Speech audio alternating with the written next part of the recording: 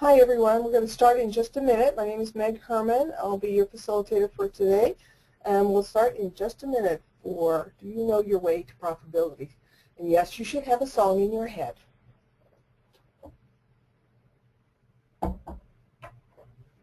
Don't make me sing it for you.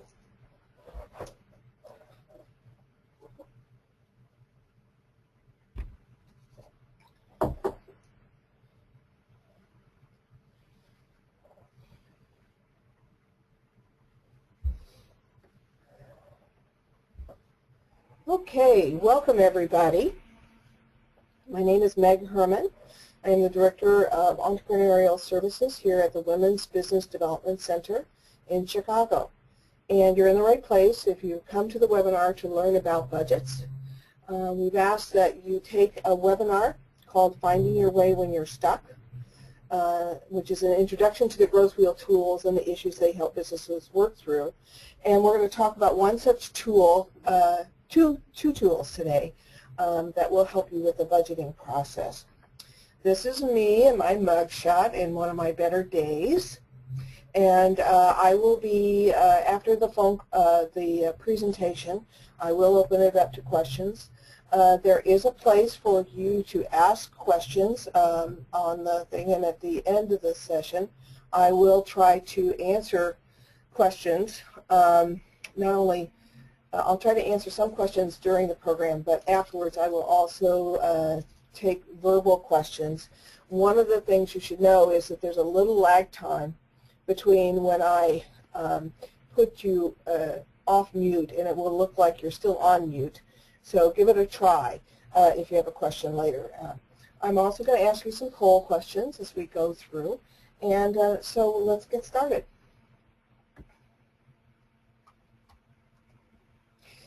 So let's talk a little bit about what we're going to hopefully get out of the webinar today. When we talk about profitability, the road to profitability starts with finding ways to increase revenue and reduce costs. But to get to that step, how do we make budgets that will help us monitor the business income and expense? Well, the hard part of making a budget is not the math. So everybody take a couple deep breaths now. But the decisions you have to make during the coming year regarding the business. So first, we're going to help you look at how do I determine the decisions I need to make for the budgeting of costs. How do I determine the categories of expenses you need to plan for and the questions you might need to ask in each. And we're going to look at 4 ways to increase revenue and 4 ways to reduce revenue, and some things to consider with that. And we're going to explore how to budget your revenue per customer and per product and service. Now, mind you, this is a meaty little half-an-hour program, so you may not get all the answers you need right now. But the idea is to introduce you to and get you thinking about what you really want to get done with your budget. So let's hear from you. I'm going to ask you a couple poll questions. The first poll is finding out where you're from. So if you'll take an opportunity now to answer the poll and let us know whether you're from Chicago, other parts of Illinois, another Midwest state, another part of the U.S., or beyond the United States. So just take a moment now. It is Chicago. We often say you can vote early and often here, but that's really not true. We're really a very good city about voting. And we have a big election coming up in this city next week. So that will be very interesting. Okay, almost all of you voted. All right, so let's close this poll, and you can see that most of you are from Chicago and suburbs, which means great. We might be able to see you. We are going to have a clinic next month for people who have been working on growth wheel tools and want to take them further with some counselors here. So please consider, mark down on your calendar the morning of March 20th here at the Women's Business Development Center, and you can sign up for that online. Okay, let's look at the second poll now. Second poll is, did you take the prerequisite for this little course? So Some of you probably did. Some of you probably haven't, but they're going to take it soon. I'm thinking we have one coming up early March. And so please consider taking that when it comes up. Those of you that haven't taken it, only 60% of you have voted. So if you're taking a sip of your coffee, take a moment to punch the voting tab here. Okay, so let's close the poll. And great, over half of you have taken the course. Like I said, that will be coming up early March. And then one of you is taking it in March probably. So the third of you that haven't taken it, take it. It'll help you understand what we're talking about and add depth. It will also help you. One of the reasons you take that course is that you do a 360-degree assessment of your business through that course. So it helps you prioritize which webinars you want to take in the future, and that will help you work on those prioritized areas. Okay, so let's go on. So what you're going to get during this workshop is, now that you've joined the workshop, you'll get two tools, one called the cost budget and the other one is the cash flow budget. And you'll also get the article called Useful Budgets, Controlling Finances in the Coming Year. And at the end of the session, as I said earlier, you'll have opportunity to ask some questions, provide feedback on the webinar, and maybe set up an appointment to work with a business advisor. So let's look now. Oh, before we go on, I just want to ask a couple other poll questions. One is, and I guess I can have this up while we're doing that. This poll is, we'd like to know how you heard about this webinar. So if you could quickly indicate how you heard about this webinar. I see most of you are saying our website. That's great. Some of you are saying word of mouth. That's also great. Oh, and somebody heard about it from the e-blast. Wonderful, wonderful. Let's close the poll so you can see what you said. And see, over 3/4 of you heard about it from our website. That's great. We're glad our website is doing the job, and our newsletter. Let's look at the next poll then. How long have you been in business? This will help me gear my remarks to you a little better. Are you at the concept or feasibility stage? Are you you've started planning but not generating money yet? You're 1 to 3 years in business and established more than 3 years. Well, now we're seeing some diversity. Okay, let's close the poll. And you can see that most of you, half of you, are in business already. Alrighty, that's great. So I think these tools will be great use for you. Thanks very much. All right, so let's go on. Let me talk just, a quick overview of what we're talking about in terms of the growth wheel. The growth wheel is a way of looking at your business, and with the premise that all businesses have to solve problems in these 4 areas.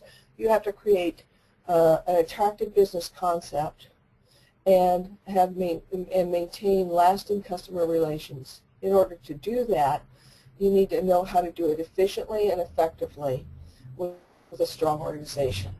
So Growth Wheel provides an opportunity for you to work through challenges no matter what industry you're in, what stage of business, or what size you are. Because the beauty of these tools are that you work through them, they allow you to work through your own issues. So on this, the growth wheel is divided up into 5 sections for each one of those areas.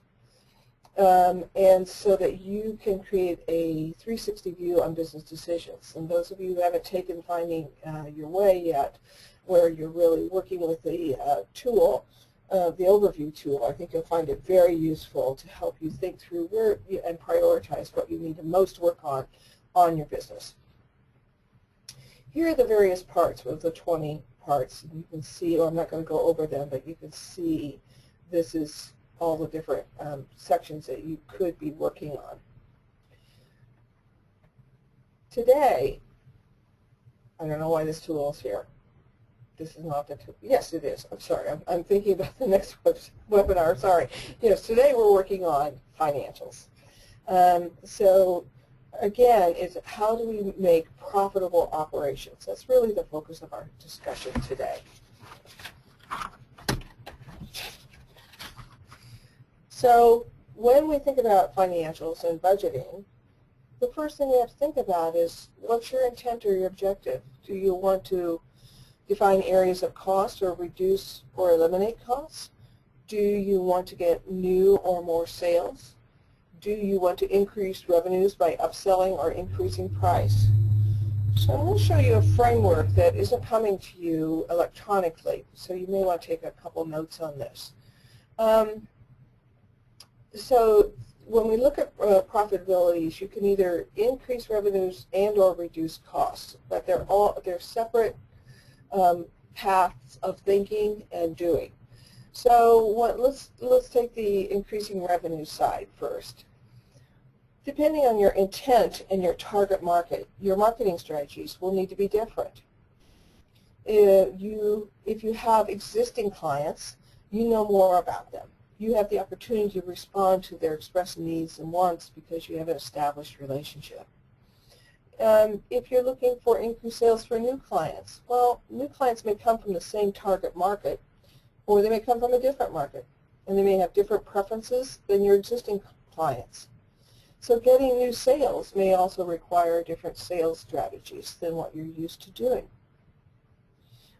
Perhaps you have enough demand that you can increase your price, or you've determined your profit margin is too small to sustain your business, and so you want to look at upselling or price increases.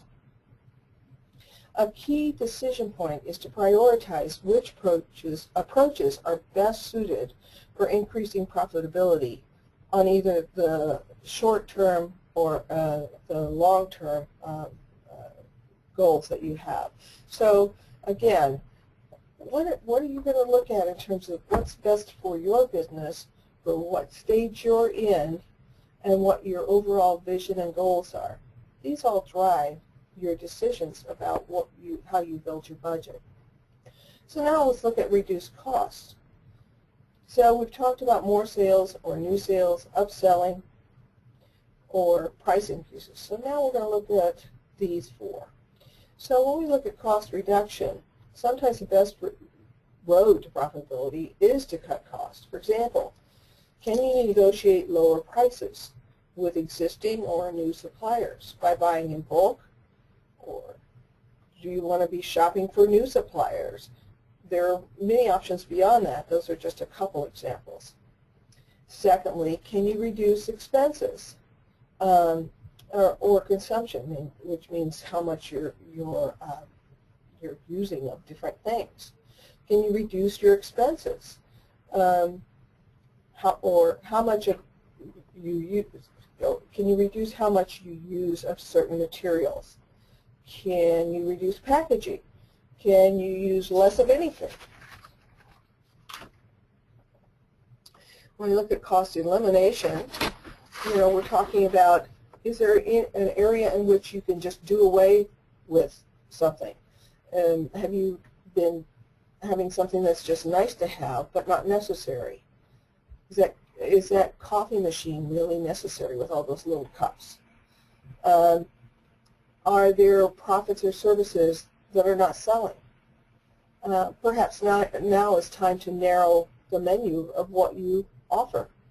And one of the examples of that is the trend in restaurants in the Chicagoland area, where newer restaurants are, and even some existing restaurants, are paring down their menus and reducing those items that don't sell very well and focusing on what they really do well and doing just that.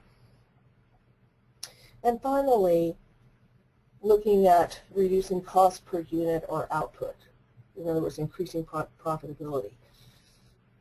The basic question here is, can you do more with less? have you assessed how much time or other resources go into getting a product or service to the client, from close of sale to delivery of product, or if you execution of services?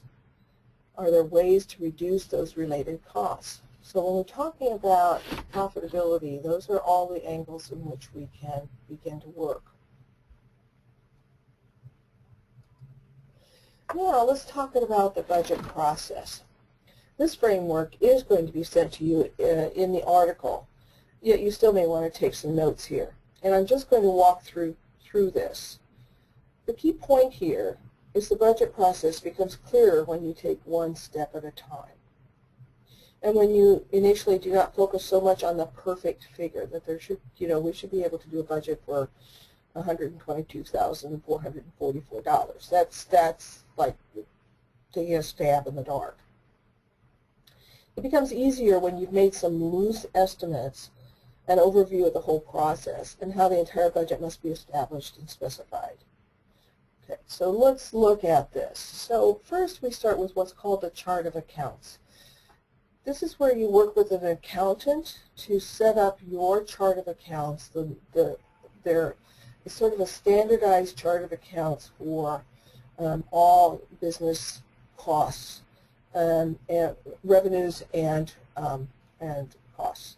So you're going to determine the revenue groups with your accountant. You're going to decide on the types of costs, and each one of those have standardized numbers. And that way, your accountant communicates with the universe in consistent language. It's as if your chart of accounts allows you to speak the same language across businesses. This is very useful, particularly if you're going to work with a bank. They're going to know these charts of accounts. They're going to be able to see whether you've set them up properly at a glance. So it works. It's a good idea to either study what a standard chart of accounts is and or work with an accountant. I didn't say a CPA. You don't need that level of expertise, but you do need to work with a bookkeeper or an accountant who is familiar with standardized charts of accounts. Set it up right from the beginning. Then you need to have some decisions around what we call budget modeling. That's a fancy term, at least it seems fancy to me, about deciding on the budget period. Like, am I going to have a budget period for a month, a week, a year? And how specific am I going to get within my budget? Am I going to have a simple roll-up budget? Am I going to have several spreadsheets that then roll into one budget based on the complexity of my business? And then I'm going to build my spreadsheets to take into account the chart of accounts and all of the degree of specificity over what time period when I'm modeling. Now we start working with numbers. So now you're going to estimate your sales volume, and you're going to note what kind of background do I need, or breakdown do I need. I'm going to go collect real estimates for what my costs are going to be, and I'm going to calculate totals. This is something that is just really basic to do, and really comes first, and is just the first picture. It's just the first picture. Just think of your business as having it's an ongoing documentary of which at any one point you take a frame and say, this is what it looks like today at this hour. Then you're also going to have ongoing drafts where you're going to continue to retrieve cost information and get more and more specificity. Once you've gotten your budget estimates into some sort of reasonable ballpark, you're going to be looking at what are our targets, what do we really want to try to achieve, and what are some scenarios for helping us get there. We're going to make a cash flow budget for forecasting our revenues, and we're going to write budget comments. We often sometimes call this the assumptions that appear at the bottom of a page that help us remember what we put into that particular category, or if there's something that's special that we need to remember about a budget category or a certain cell within the budget. So now our budget is taking shape, and at the point where we really feel like this is really getting to be speaking my story in numbers, then we're going to have it reviewed by somebody external. It could be somebody on your advisory board. It could be a mentor. It could be an accountant. The whole idea here is to create a reality check. Now, WBDC has some online on-demand learning segments that may help you with this, and I will mention them near the end of the webinar. Okay, now we're going to go to the first tool. This tool is a cost budget. And I'm going to kind of walk you through. Every worksheet has a title and the key benefit of that title. So clearly we're going to start estimating costs so that we can reduce expenses. The intention here is that this can help us determine whether a company can keep running. And I'm going to drop down to the first point, which is that we need to define what types of costs that we're going to have, and then we're going to have a range of decisions about how to run the business that are going to be reflected in these costs. So each worksheet also has the process for using the worksheet and a next step. So here you can see we're going to look at the checklist and mark the types that you have in your company and add cost and add anything. That's what this little space is for down here, is to add costs that you experience. So let's look at the type of costs. We have direct costs, which are things that are directly related to us producing goods. So if we didn't have those goods, we wouldn't have those costs. That's a way to think about this particular part. Then there are sales costs, and sales costs may be things like hiring a salesperson on commission or on salary. Without that person, we don't have that sales cost. Perhaps this is actually, maybe we leave prototypes behind. That might show up in our sales costs, or it might be a direct cost, depending on how you are using it in your business. Administrative costs are another way of looking at what we often call the fixed costs. They're going to be there no matter what. Personnel costs are self-explanatory, whether they're employees or contractors. Capacity costs have to do with, as we grow, what are there economies of scale, but still we're growing, so those costs are going to be more. And then there are interests to be paid on loans, and there's depreciation to be experienced on equipment. So these are some of the things up here these are some suggestion of the kinds of things that you might experience in direct costs. And this would be external labor directly related to creating the goods. Sales cost might include these kinds of things. It may not include everything.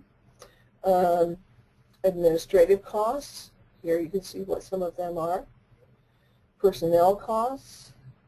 And early on in your business, this giving yourself a salary is something that you're going to think long and hard about. What does my business really need? Does it need me to invest more in IT at the expense of my own salary? Then maybe that's something that you will do. Your capacity costs include some of your fixed costs and some other things that are sort of predictable that most businesses have. And finally, the interest rates. Hopefully you won't have too many overdrafts and bank charges, but the depreciation, it has to do with if you own your facility, there's depreciation on the building, and then there's also depreciation on equipment. If you don't have these, if you rent and if you don't have a major equipment, you won't have depreciation.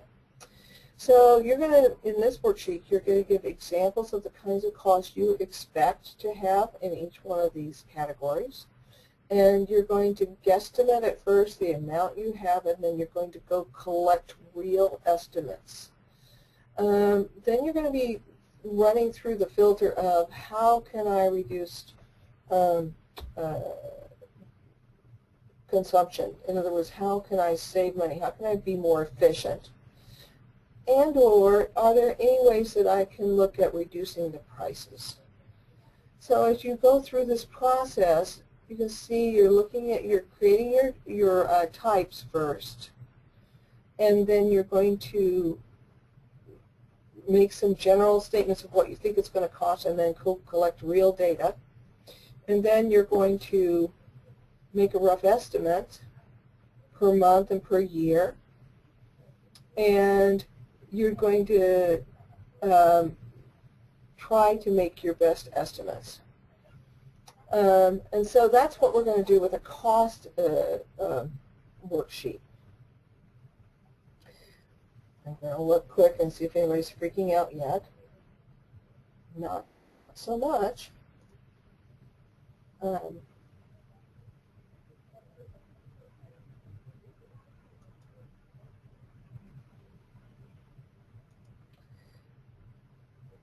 All right, so I'm going to take us on to the next worksheet.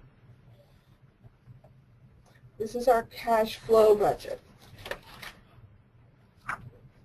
So when we look at cash flow, think of it this way. There's cash coming in, there's cash going out. And so think of the top parts, the payments. As you see, the cash flow budget is looking at the incoming and outgoing transactions. Payments are the things, the money you should be getting. And you should be thinking about how can I shorten this cycle. And here, these are things that you are going to have to pay. So then you want to be looking at how can I lengthen this if I need to with creditors, if I can't keep up with it. So we're going to look a little bit at each one of these things. So it's really a pretty simple spreadsheet. It's like, who owes me money? How much do they owe me, and for what? What are the invoice numbers related to that? What's the amount they owe me? When were they supposed to pay? You know, like if was service supposed to be, if you provided a service, was it supposed to be paid for at time, ahead of time, or time it was due? Again, these things should be worked out in contractual arrangements before you even start. Do you give them a delay? You know, like a payable in 30 days. What is actually the date expected? And or if you're breaking up the payment, you know, the payment's going to be in 5 payments, or 4 payments. What are those 4 payments, for example? That's a way you can use this. So you're looking at what money is coming in for the business. And if it's broken out over months or weeks, when is it due? So down here, it's like, who do you owe? So externally, do you owe suppliers? Do you owe the bank? Do you owe a credit card company? So that would be, again, the same categories apply, only this is money going out. If you have payroll, you can look at what are the monthly wages and how much is owed there. If you're public creditors, you may notice that this is where the internationalness of our tool exists, because the tax is often referred to as VAT in many other countries. And what taxes do you need to pay? Do you have a loan that you need to pay? What's all going out across the board? And when you look at in versus out, what's the total? And what's the balance today? And balance prior to payments, balance after payments. So this is just one way to begin to look at the cash flow. Understanding your cash flow is probably the most important financial vehicle for any small business, particularly in their early years, because you have to know where the money's coming in, where and when the money's coming in and coming out. So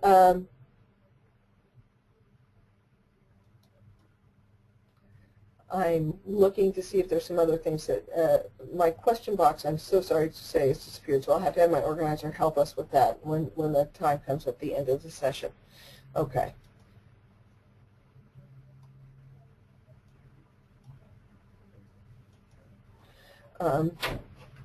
So we're going to move on.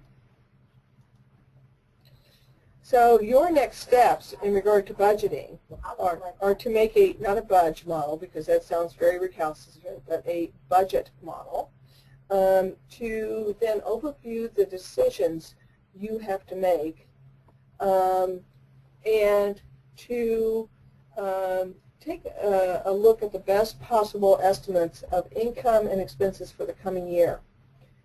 Then keep obtaining the information you're missing. This is, this is like as I said, a snapshot in time, and it should give you more information every day as you work on this. Great. So I have a question here. Oh, I'm glad to see somebody's not freaking out. And this, I don't know, Andrea, where you are in your business development process, but that's normal. You should have at least one freak out. But her thing is, I'm seeing how much work is ahead of me before launching. Yes, and it's an ongoing process throughout. So persevere. Those who really are following a passion and learn the basics of business, working on the business, tend to do better than those who don't. So let's think through this. If you are thinking about, like, what if the revenues that I plan to generate are not there to cover the expenses? Then how are you going to meet that? Most people start up their business by using their savings or their working capital that they can pull together through their other work that they're doing, or family and friends. But you might also consider a loan, or what's called a line of credit. So in order to have either one of those, you're going to have to answer these questions and build a business plan. And I very consciously say build a business plan, because it's not something you write. It's a culmination of the kinds of decisions that we've been talking about today. So, so the first thing you have to be able to answer is, given what you want to provide for your business, what need does that product or service meet, or what problem does it solve for your potential consumer? You also have to ask, like, well, really, who is that in detail? And how do you know? So you need to demonstrate your market and industry research.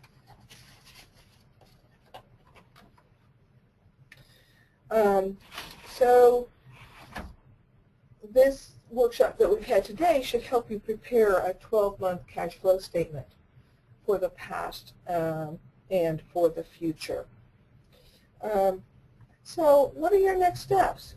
Well, we talked a little bit about the specifics in terms of budgeting, and so using these two tools, you can begin to think through some of that on your own. You might also consider taking the Women's Business Development Center's online, on-demand learning segments related to budgeting. They are how to manage your business finance, how to create your startup budget, how to manage your cash flow projections, how to price your product or service. All of these can be found at wbdc.org under Events, and then there's a drop-down tag called Online Business Education. And then under that you'll see a hot link to Online On Demand. And if you want to take these, they're free. I call them little learning segments. They take about 15 to 30 minutes depending on your comfort level and your familiarity with the topic. The idea of each of these is not to teach you everything you need to know in here. It's to give you enough information for you to start making some of the decisions in this area to work on your business and to work with one of us.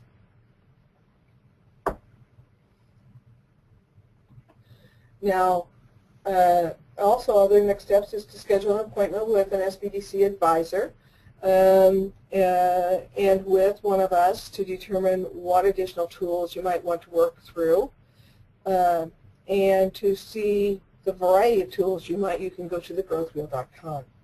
I also think that you may want to attend other webinars. Coming up on the 18th, I have a webinar on Is Partnership Right for You? So exploring partnership in the collaborative, mutual gain effort of social partnerships, but also beginning to explore whether ownership partnership is something that you want to do. The next one is in mid-March is looking at your best customers, and I think that's on the 18th of March. And the Finding Your Way, I'm sorry, I didn't note this, but the Finding Your Way prerequisite for these courses is also being held in early mid-March. And then finally, or two more things. One is there's another webinar on branding coming up at the end of March, and there's this in-person clinic to continue your work on Growth Wheel, and there'll be some SBDC advisors at that clinic to work with you. So I hope that some of those will be of use to you. If you're wanting to set up an appointment, the sessions in all across the country, not just in the state of Illinois, are free to SBDCs. Here you can meet in person or by phone. You'll be expected to complete a small business development center intake form. You can plan on spending about 50 minutes with your counselor. In that 50 minutes, you should bring whatever you want to work on with the counselor. For example, if you want to work on your Growth Wheel tool and the analysis that you've done, I just met with a client today who had done tremendous work on her tools, and they became a source of in-depth conversations that took her to the next level. And it allowed her, even before we had conversation, to really morph her thinking about that particular aspect of her business before we even got together. So you might, this client is an A-plus client. She always comes prepared, and she she had a list. She prepared an agenda of things that she wanted to talk to me about, questions she had, issues that were not clear, things she wanted us to do during the session. And then what you can also count on is, in addition to talking about all of those things that you most are concerned about, you can count on the counselor saying at the end, so what are your next steps? And if the next steps are too broad or too general, we're going to help you get those into much more specific terms so that you will have actionable items that you can experience momentum and progress. So to set up an appointment here at the Women's Business Development Center, call the number here on the screen, extension 100. If you're an established business of 3 years or more, ask to meet with Cynthia Johnson. If you're a pre-startup to 3 years or so, let the appointment handler know that you attended this webinar, and she can set you up with either me, Deborah Miner-Harvey, or Nicole Mandeville, so that one of us can help you. And now, that's what I had to say. So now I'm open to any questions you have, and I'm going to look at the attendee list and see if any of you have questions. And I see Andrew had a question. Cynthia does not. Susan, do you have a question? I'm unmuting you now, Susan.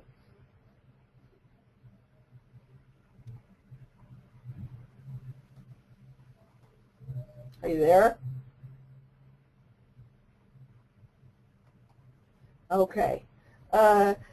if you have a question, you can see where you can raise your hand. You can also type in a question in the question answer box below, and I'll be happy to answer any of those.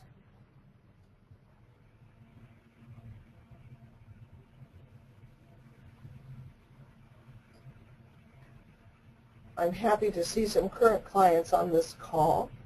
And so I assume that this has been pretty clear because none of you are raising questions. Okay, Andrea's got her hand up. Okay. Hold on, Andrea. Let me unmute you. Hi, Andrea. Hi, Meg. How are you? I'm good. Good. Thank you for this great webinar.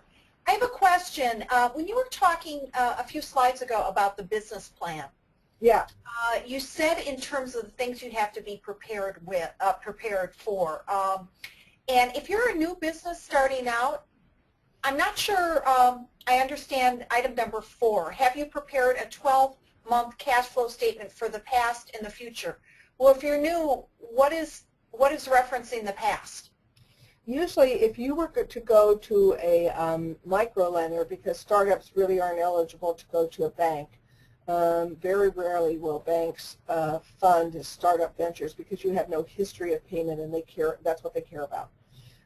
So if you were to go to a micro lender, they're going to want to see like the last 3 years of tax records, and they're going to be looking at your credit score, because both of those are indicators of how you've paid bills in the past and your ability to make money.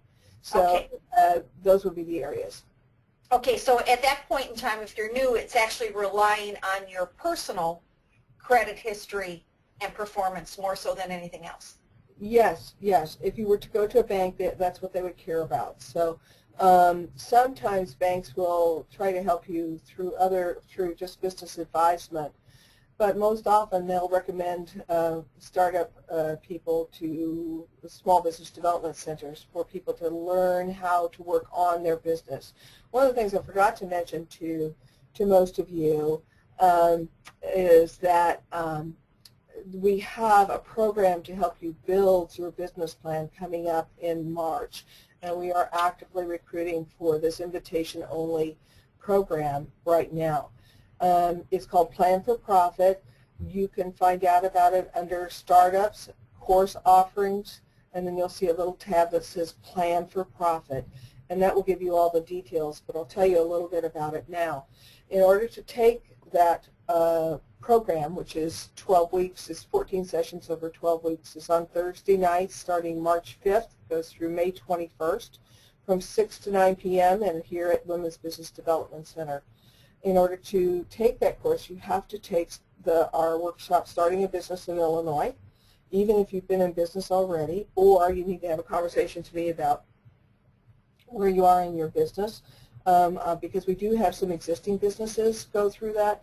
And so if you've been in business for a while, you're incorporated, you've been generating revenues, you just don't know how to make this grow better, you may not have to take that, but that would be a conversation we'd have. Also, everyone should take Business Finance 101, and then you need to make a half an hour a phone conversation with me and send me your business concept and your business model. Business concept is like your mission and vision for the business. Business model is simply how do you plan to make money. So here we're talking about maybe a paragraph or two that explains your business concept and business model. What we want is people to be successful in this program. So that means that it has to be a feasible idea that you can work on all the time because you are building your business plan as you go. You do 3 presentations in this 12 weeks so that you learn how to pitch and talk about your product. We have outside resources in the area of intellectual property, insurance, and social media coming in and presenting to you. But the key essence of this program is working through your business plan in a peer-to-peer facilitated model with lots of, we break it up into micro steps that you build so that you're actually building the business plan And by the end of the program, you will probably be pretty close to having your business plan together if you don't have it together altogether. So it does have a fee to it. It's $200, which works out to about $5 an hour. People report that it's a wonderful program, that they feel much more confident and competent about working on their business. So I'm looking at my other questions here. Oh, my A+ student is on the line. She said she was looking for the online on-demand videos and can't find them. They aren't videos. They are little interactive things. And again, let me tell you where the place is, because the location is not intuitive, as we say, in terms of finding them on the website. You would go to events, and then go to online business education, which is a drop-down tab. And when you go to that drop-down tab, that will present a place that has in the middle of that page the online on-demand webinars. And then you'll get a list of webinars that say how to, and so on. And so now, so just for everyone, that was that. Okay. I'm unmuting you now, Andrea, and I'm unmuting you, and I'm looking for other questions. Sarah. Sarah, do you have a question? I've unmuted you. No, I actually found it. It was a question just said scratch that. I found it. Okay, great. I'm good. Thank you. Mm-hmm.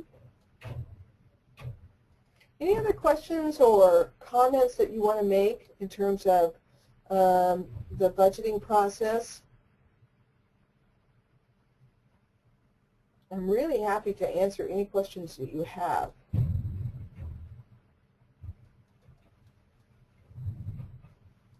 Well, remember, we're here, and I hope you'll join me in future webinars and join me at the clinic. I want to see all these faces that have been showing up, some of which have been showing up multiple times to these very different webinars. And I will remind you that what I'm trying to do in the webinars is consistently go around the growth wheel and select issues in each quadrant, so that we can work on the attractiveness of the business concept, the lasting customer relations, the profitable operations, which is what we did today, and the organization, effective organization. Next week we'll be focusing on the partnerships and effective organizations. So, okay, I have another question from Andrea. She said, I do have a question regarding finances, banks that are friendly to small businesses. If you haven't started out, no banks are really friendly to small businesses. Andrea, I think you should be looking at taking the Plan for Profit course. We also have a person talking about business insurance there. So the banks that are friendly to small business are friendly to small businesses who have a proven track record that they can make a go of it and make whatever, no matter how small or large, that they've got a track record of being in practice, doing what they're doing. Even services businesses. And so in my personal example, my husband and I have a consulting and coaching business. I no longer am active in this business, which probably makes him very glad, but he's awesome. And sometimes we've had more awesome years than others. And so when those awesome years come around, the next year the taxes are higher. And a couple of times they've been blessedly much higher, which is a nice problem to have, which means you've made a lot more income, right? But we weren't the best people about putting our taxes aside. So don't do what I do what I say, which is put aside your taxes as you need them. So our quarterly taxes were more, and our shore up at the end of the year taxes were more. So we approached our bank the bank we use for the business,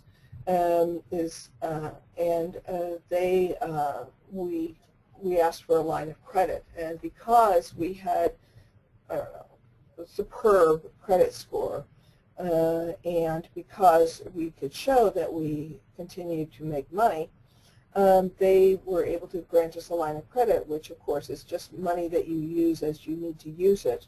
And if you don't use it, you're not really paying for it except for the fee. So it's kind of like a line of credit for, if you can get it, is the cheapest money you can buy, and that of course is through a bank. So, you know, it's kind of, we've been in business for a while, and I think that's one of the reasons we were able to go to a bank.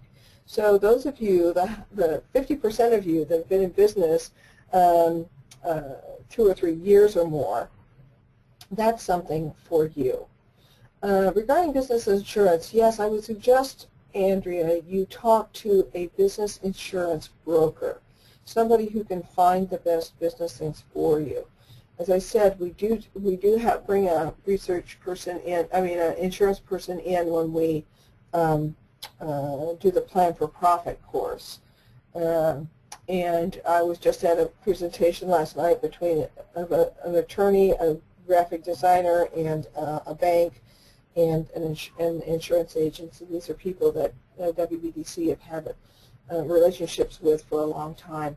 So periodically you will see those kinds of things happen.